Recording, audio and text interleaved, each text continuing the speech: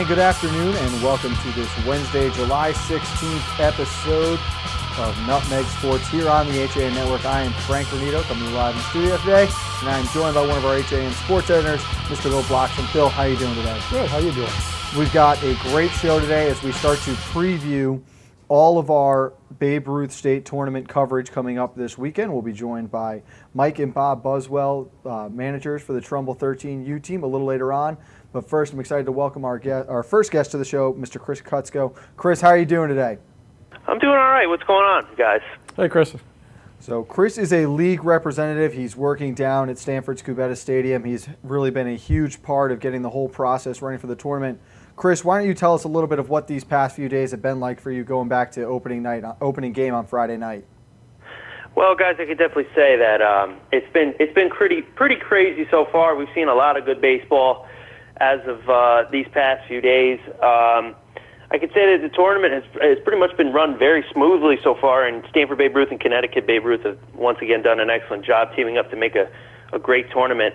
League President Rich LaRusso, Vice President Tom McIntosh, and State Commissioners Frank Roca and Bob Alicia have all done their part in putting on a premier tournament for the fans and the families of the players. I mean, you know, I've been on countless fields on my day, and I can honestly say that nothing beats playing under the bright lights of Cubetta Stadium any day of the week for me.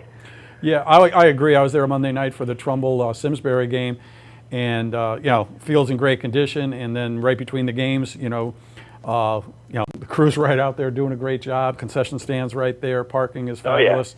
Oh, yeah. Mm-hmm. Fans can't ask for a better site. Definitely, yeah. It's definitely one of the premier fields of the entire state, I would have to say. It's up there probably in my top five. Without a doubt, and Bill brings up a good point, especially on Saturday. You go back, you had all 8 teams playing on Saturday. What kind of work went into being able to get that field back into playing condition in between games, especially as we got into the later hours of the day and you get past Game 3 into number 4? Oh, definitely. I mean, the weather report for the weekend had looked very spotty. Like, it was definitely not looking good as of Friday, even Friday afternoon. And it was great because the weather held off, and then we had, obviously we had all those games leading up, and we missed the rain completely. So everything kind of fell into place, and everyone was able to get down there early. We had 4 games, and that was a big part of the tournament so far. And then we were fortunate enough to where the rain came after the 8 o'clock game on Saturday night, the Stanford and Simsbury game. So it was almost like the Mother Nature wanted us to be playing baseball per se. Well, Stanford is a baseball town for that region, and the baseball gods should take care of them. Oh, absolutely. And speaking of that Stanford team, we want to shift our focus here a little bit. In the American League bracket, you had 3 teams finish at 2-1. Unfortunately, one of them is not going to be able to advance. Can you walk us through the tiebreaker scenario that moved Waterford and Stanford on to the next round? Oh, absolutely. But I would hope that you guys are sitting down for one. It was pretty crazy on the Monday night game, Stanford and Waterford, because that had a lot of implications. So here's what happened exactly. So with pool play, which is funny because this is the only pool play tournament in the entire age brackets, 13U to 18U, which is funny. So now you have this pool play bracket, and in order to determine the tiebreaker between the 3 teams, you have Pool A, which 3 teams finished 2-1, and you go by the first instance you go by to determine the number 1 seed amongst those 3 teams are how many runs are allowed. And why they do that is because they don't want too many teams to run up the score, because if they had done it by run differential, you could obviously, figure out for yourself that many teams would probably try and run up the score. So it was really tough because you'll find out later on, I'm sure the Buswell brothers will run you through it, that they're a little disappointed themselves because you have this instance where Stanford and Waterford both allowed 6 runs and Trumbull allowed 7. So that automatically goes to another tiebreaker, seeing as Stanford and Waterford both allowed 6 runs. So in order to determine that number 1 seed again, you go to the second tiebreaker, and seeing that Waterford beat Stanford in their head-to-head matchup, that determines the number 1 seed. And then to determine the number 2 seed, for it, in order to who advances for the 2 seed, you go Stanford versus Trumbull in a head-on-head matchup. And in that instance, Stanford came away with the tiebreaker in hand because they had beaten Trumbull 4-0 on Friday evening. And you're right. It's unfortunate the way it plays out, but I think it's a very fair system in the sense that you go by runs allowed versus run differential because you do cut out the possibility of teams really trying to run it up in an unnecessary manner. Yeah. No, it definitely is, in my opinion, a better way to do it. Only because, what happens if you play 2 poor games? I mean, then you're left out to dry. Where all the teams, maybe not even the better teams, still have a chance to advance in the tournament because you take the 4 out of 8, and then from there it's sudden death. And after that, after figuring out the run differential or the runs allowed and the tiebreakers and all that stuff, then it's just plain on plain. We got to beat this team, and then we got to go ahead and beat this other team. Chris, how do you determine which 4 teams go in each division? You go by, like I said, you go by the 2 seeds in each pool. So you have, in the first pool you have... Excuse me, I didn't make myself clear. How did the 4 teams in the American and how did the 4 teams in the National be decided? Which teams went into which division to begin with before the pool play began?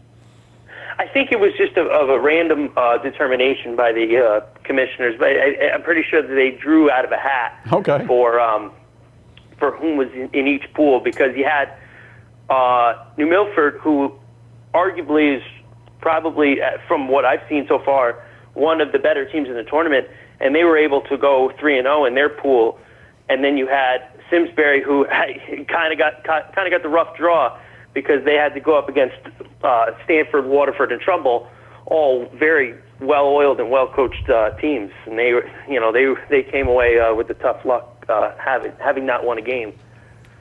Well, Chris, we're down to our final 4 teams now. You've been around the tournament all week. I'll ask you, New Milford and Amity, Darien and North Haven. You have got Darien and Waterford, Stanford and New Milford left. Which 2 teams do you like to play on Friday night?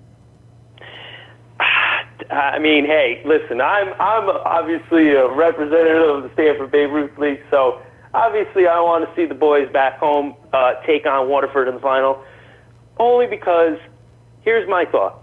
These 2 teams both have a history. We know the story last year with Stanford North Little League. All these kids that came on to play for the Stanford Thunder this year played against these Waterford guys when they were in Waterford Little League in the state semifinals double elimination bracket last year. And Stanford had these guys beat, and Waterford took them to extra innings, and they were able to come away victorious 15-4. However, the other night it was definitely a lot of emotions riled up, and everyone was amped up, and you could just tell that these kids. There's a budding rivalry, and I think it's really good for the league, the Babe Ruth League, only because you had this type of play, and you don't see this type of intensity come along every day.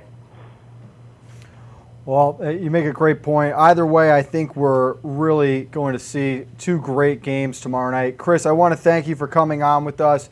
We appreciate all your help getting us ready for our live broadcast Thursday night for our first round of games, and then Friday night again. We look forward to seeing you tomorrow. Thanks again, Chris. Absolutely. Thanks for having me, guys. Thanks, Chris. We will take a quick break here on Nutmeg Sports on the HAN Network, but when we come back, we'll be joined by the Buswell brothers, who are the managers for the Trumbull 13U team, as they talk to us about their experience in the state tournament, and we look ahead to what's on tap for them the rest of the summer. For more than 50 years, Triple S has been Fairfield County's expert service for carpet, upholstery, and drapery cleaning. We provide the best in repairs and in-depth restoration, understanding fabrics and how to properly clean and restore them. Our staff will come to your home to clean your wall-to-wall carpet to perfection. We can also pick up your fine carpets and bring them to our facilities. With locations in Norwalk, Stamford, and Stratford, Triple S will get the job done fast, big or small. At Triple S, you can count on our people as well as our cleaning. Find us at triplesclean.com or 203-847-8000. I really wanted something that felt like a home. Coming from a big house, I wanted the feel of a home as opposed to a condo. My property taxes on my single-family home were close to $20,000 a year. Now that I've downsized and I'm in a townhome, and because of the condo tax laws, my fees have gone from $20,000 down to about $5,300 with the star exemption. There is no other townhome that compares in the area. This is where I want to be. Have a sports injury or a slip and fall that needs immediate care? Coastal Ortho Express Urgent Care gives you direct access to an orthopedic specialist fast, without an appointment. Biking, golf, tennis, soccer, whatever the sports injury is, sprain or fracture, Coastal Ortho Express can help. Coastal Ortho Express Urgent Care, open Monday through Saturday, now in 2 locations. The iPark building at 761 Main Avenue in Norwalk and 36 Old Kings Highway South in Darien. Or go to coastalorthoexpress.com, like them on Facebook. I'm Denise DiGregoli, the host of The Drive on the HAN Network. Join me Tuesdays for some motivational, intelligent talk with a little humor as we visit with people who live their lives mindfully. Tune in to The Drive live on Tuesdays, 12:30, here on the HAN Network.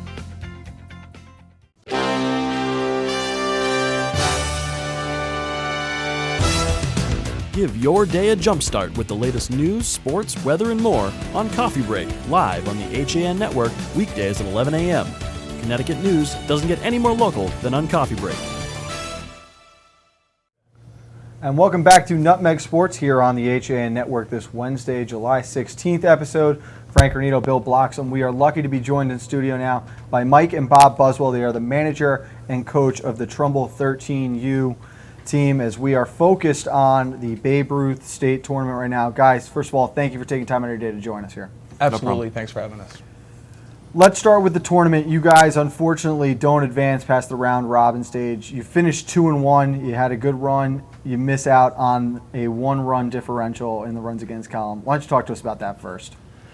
Sure. I think that, obviously, they had mentioned that the pool play was drawn out of a hat, which, is understandable. And unfortunately, we're in a division with 2 other very tough teams. And when it comes down to everybody beating each other and then coming down to a run differential, it's a little hard. And it's hard to explain to the 13-year-old kids that they don't get an opportunity to advance because of a technicality or a tiebreaker type system. Like with our 14 and 15-year-old Babe Ruth State Tournament, those 2 tournaments are actually double elimination. So our 15-year-old team won the first game, lost the second game, but now they've won 3 games in the losers bracket to find themselves back in the winners bracket final. So if they win tonight, they get a rematch of the team that beat them in the second game. It's hard to kind of explain to the kids that we don't quite get that same opportunity. But we did have the opportunity to play on Friday night and win that game. So I told our players that, even though we took care of it Saturday, we quite didn't take care of it Friday night to really, put us in an even better position. And you bring up a good point there, because when I first saw the tournament rules, I thought it was very weird seeing a round-robin tournament for baseball. It seems a lot more. I can remember playing youth baseball. You're right. If you lost, there was a loser's bracket you climbed through. Round-robin seemed more of like a hockey or a basketball tournament, so I thought that was a little out of the ordinary. Sure, and one example, so when I was 13 years old in Trumbull, we went to the Babe Ruth World Series. And back in 1994, when we went to the World Series in North Carolina, it was double elimination. So we played Utah in the first game. They lost to us on Saturday. They lost on Sunday. Then they had to jump back on a plane on Monday and go home. So I can understand over the course of time why you'd want something like a World Series to be a pool play, because you don't want to force the team to go cross-country for only maybe 2 games. But it's just kind of tough in a district or a state where the travel's within an hour and a half, why it can't be a double elimination at this point. I think it still makes more sense to be double elimination at the local level. Bob and Mike, I know you guys had agreed before the Simsbury game, not to bring it up to the kids that the run differential was going to be so important, because you didn't want to put that burden on the on the 13s, and it came down to that one run. Which you had told me prior to the game, you said we're going to have to shut them out and then hope, or else it's going to get progressively harder to get in there. But then your pitcher goes and loads the bases in the first inning and gets out of the jam without scoring a run. And the pitch, I think, went to 3-2 on that other batter. And I was sitting there watching and saying, I'm glad you didn't tell him, because he would have been sitting there thinking, if I walk this guy, that's a run. And I guess that's too much for kids to about. Yeah, I think with the pool play format, especially the last 2 days, you saw a lot of teams probably doing things that they wouldn't traditionally do in tournament play. We were up on Simsbury 5-0. They load the bases in the second inning. We bring the infield in. So now, if you're not understanding the rules, you might scratch your head a little bit with that philosophy. Just concede the run and get out of the inning. And everyone involved had certain things that they were pulling for. So we needed to win. We needed to hope for certain things to happen in the second game. And even with the second game, you had certain teams that might have started off a certain way in the game, but then that they realized it actually might make more sense, or actually it's going to benefit them if they play the game differently. So that's hard when you're kind of just turning on the fly based off other results or how your opponent is looking in the game. And you brought up a good point of how you guys were thrust into this group with two other really good teams. You opened up the tournament Friday night playing against a tough Stanford team. You guys fall 4-0. Bill and I were talking.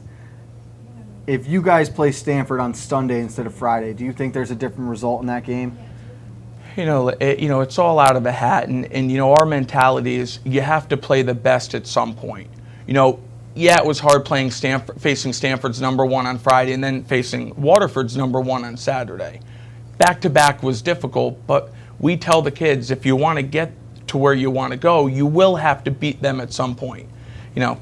You can always say maybe this team had a better format or that team, but at the end of the day, whoever wins this championship, they're going to have to face all the same pitchers. They're going to earn it. Exactly. Bob, what did you say to the kids, or what did the coaches talk to the kids about after the Simsbury game, and did they understand now that they had to watch the score of the second game, or just tell them to relax and we'll let them know?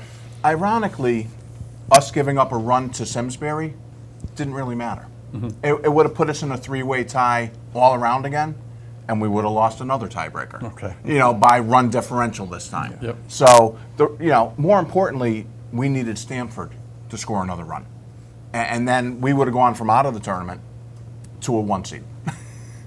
So one run is that big of a difference, and that's what we told the kids. They played their hearts out. They did everything we asked them to. When you open up with Stanford, Waterford, back-to-back, two excellent pitchers, you're hoping for a split.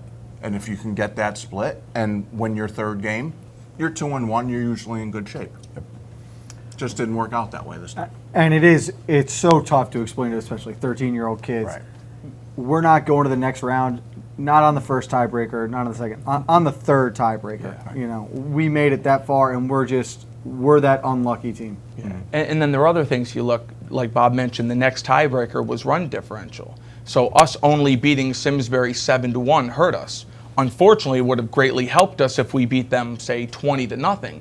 But that's not really ethical either, because now you're forced to really kick somebody when they're down, which is just another thing going through our mind. We knew that if we blew them out and the three-way tie came into play, that we would maybe benefit from beating them by such a large margin. So, it affects everything. It affects how you rotate all of your players in, all of your pitching matchups. I mean, we ended up bringing our number one in a game that we were up 7-1 in the third inning of the last game of pool play, where if it was a double elimination, maybe you're up 7-1 and maybe that guy is going well and you can save your number one for the next game. It just changes strategy. He's still only giving up one run. Yeah. It's not like he was pitching bad. He got out of the bases loaded. He had given up one run after an error. So, he was pretty much on. But you have to change things around. Mike, you had said something about who you draw in the opening round. It was just a few years ago that you beat Stanford in the opening round by draw. Absolutely. And then they had to win like a whole bunch of games just to get back at you. So sometimes it goes in your favor. And the setup in that regard is when you're in a double elimination tournament and you're fortunate to beat somebody like Stanford in the first game, that's a very different matchup depending on the outcome. So if you can play Stanford in the first game of a double elimination and beat them and put them in a loser's bracket, I mean, to you, you're really setting yourself up nicely. And the reverse is, if you lose to Stanford, now they put you through the gauntlet of the losers bracket. But at the end of the day, similar to our 14 and 15-year-old team, at least you have the opportunity to win and lose on the field, where if somebody beats us twice, we shake their hand and we say best of luck in the regional. They were better than us this tournament, and they flat out deserve, and they showed that they deserve to advance over us. Yeah, things look differently if we lose to Stanford first night and have to come back our second game with Simsbury. Instead of facing Waterford, and now we just battle through the losers bracket a little bit. Yep. And then as a coach, in a minute, you can mix and match and do more things that way. It becomes, now you can use your depth. Yep. Whereas in pool play, you really can't. Where the kids on the bench, it's hard to get them into games sometimes. Simsbury would have been a nice spot to get some more kids at bats, get them in the field. But if you can't give up a run, it puts more pressure on those kids who haven't played a lot. Yeah, but you did get your pitch. You got everyone in except for the pitcher in case you needed them, which was a good deal. Everyone gets to participate, which is good. It's very important. We're going to take a quick break here on Nutmeg Sports on the HAN Network. Mike and Bob are going to hang out a little bit longer as we find out what's next for the Trumbull baseball team, and we look ahead to the semifinals starting tomorrow night down at Kubetta Stadium in Stanford.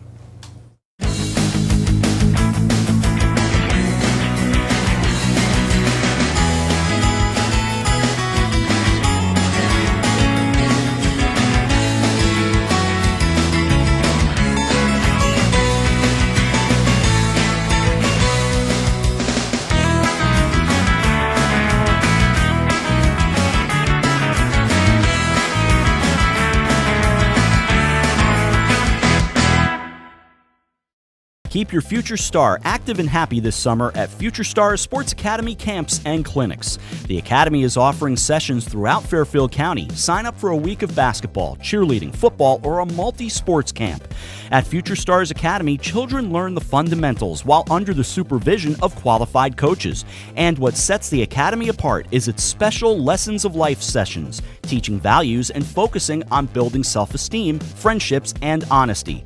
Located at Sports Center, Connecticut in Shelton and in Sports in Trumbull. Register online at FutureStarsSportsAcademy.com. Warm weather, light breezes, boats are in the water. There's no better place to celebrate summer than the Dock Shop.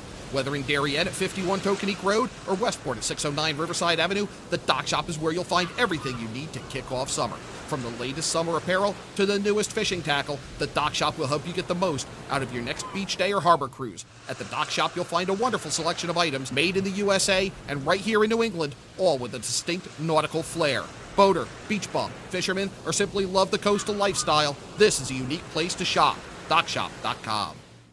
Walter Stewart's Market in New Canaan is your time-saving local shopping destination for the best of spring. Find many of your favorite products, from great specials on everyday items to the freshest organic produce, artisanal cheeses, and grass-fed steaks. Drop off your knives to be sharpened, grab a beautiful bouquet of spring flowers, and stop in next door for a wine tasting. Plus, their personable staff is always ready to lend a helping hand. So stop in to Walter Stewart's Market, 229 Elm Street today, or shop online at stewartsmarket.com. I'm John Kovach. I'm a newspaper editor. I'm a high school football coach. I'm a television presenter. And I want you to love fishing as much as I do. Tune in to Yankee Fisherman, Thursdays at 1 on the HAN Network. It's like going to the tackle shop without leaving your office. And welcome back to Nutmeg Sports here on the HAN Network. Frank Granito, Bill Bloxam, Mike, and Bob Buswell, as we are looking forward to tomorrow's coverage of the semifinals in the 13U Babe Ruth Connecticut State Tournament. Mike, Bob, while we've got you here, we talked a little bit about the pool play. What's next for your team now that you guys have been eliminated and no longer eligible for the regional tournament? Sure. It's funny, you have rallying cries with the kids. So, one thing that makes Babe Ruth, Little League, American Legion so special is you really have to earn your way through. So you have to win the district, win the state, and fortunately keep advancing. At this point, there's so many tournaments out there, the only difference is they're pay to enter type tournaments. So we're going to go do a couple local tournaments that we can get ourselves into, end on a high note best we can. One being, the Worth Ashore tournament that we're going to do at the end of July, and then we're going to do another tournament up at East Shore, which is located up in New Haven next weekend. Okay. That'll be exciting stuff. As we shift our focus now, you've got 4 teams remaining. You'll have Darien and Waterford in the first game, Stamford and New Milford in the second game. You've seen 2 of those 4 teams. What are your impressions right now from the remaining 4? I think that you have 4 very good, strong programs who it's not their first time on the block. You know, the Waterford coaching staff, I've coached against Dave Laffey for a number of years now, does a fantastic job. I don't know the Stamford coaches as well, but you can see the success that they've had in Little League, the storied program they have behind them. So I expect nothing but top-notch from Waterford, from Stamford. New Milford's interesting too, as Bill knows. We played them last year in the 15-year-old regional that Trumbull hosted, and 3 years in a row we played New Milford in the state championship. So the New Milford program's as strong as any program out there. Darien's interesting because they're normally in the same district as Stamford, so we don't quite see Darien as much, but they're right there, and they're big rivals with Stamford. Joe Marzano does a fantastic job with his bunch of boys, and I'm sure he's going to have them ready to go. Interesting storylines for all 4 teams involved. Do you think the pitching lines up with the day off? You think they can set it up, or is it aces today or aces on Friday? Bob, what do you think? What would you be doing? In this type tournament, you're not really set up like aces on rest. Okay. It's not you're not basing stuff on pitch counts. How they work it's a rotating 7 innings. So if I threw 7 innings last game, I'm off next game no matter what, but I can come back a game after that for 7 innings. So you don't really need days. I think Waterford with Burroughs, who threw against us Saturday, he should be ready, for a Friday night game. Maybe Thursday off of 3-4 days rest, if they had to. The other kid was Lockwood. Yeah. He threw a lot of pitches against us, but that was Friday night. So he's almost coming off of 6-7 days rest. So he should be ready there. And those are, from what we've seen, probably the best 2 pitchers in the tournament. Mike, when you're setting up this was your situation, do you ever have let's hold Robert, we think we can get by this team, or view that next man up, let's do everything we can and then we'll scramble to get the next guy? There are 2 trains of thought, and I'll be honest, we've used both over the 10 years that we've been in Trumbull. One is you don't hold a pitcher for a game that you might never play. And the other is knowing that you might have a team at the end and you might need to use a certain pitcher if you want to win a championship game like that. So you don't want to exhaust everything beforehand, knowing that if you had that guy in that game, you would really, really like your chances. And that's something similar that the Waterford needs to look at. They have an outstanding pitching staff. We saw 4 kids, all top-notch, but the kid Burroughs is special. So, do they throw him, in the first game versus Darien, or the other guys, they threw pretty well. So 4-0 lead, 3rd inning, can you pull them and hope to get 4 out of them the next day? Is that how that works? Is that how the rotating inning thing works? Theoretically, And then Theoretically, keep him as a closer or something like that? Yep. Yeah.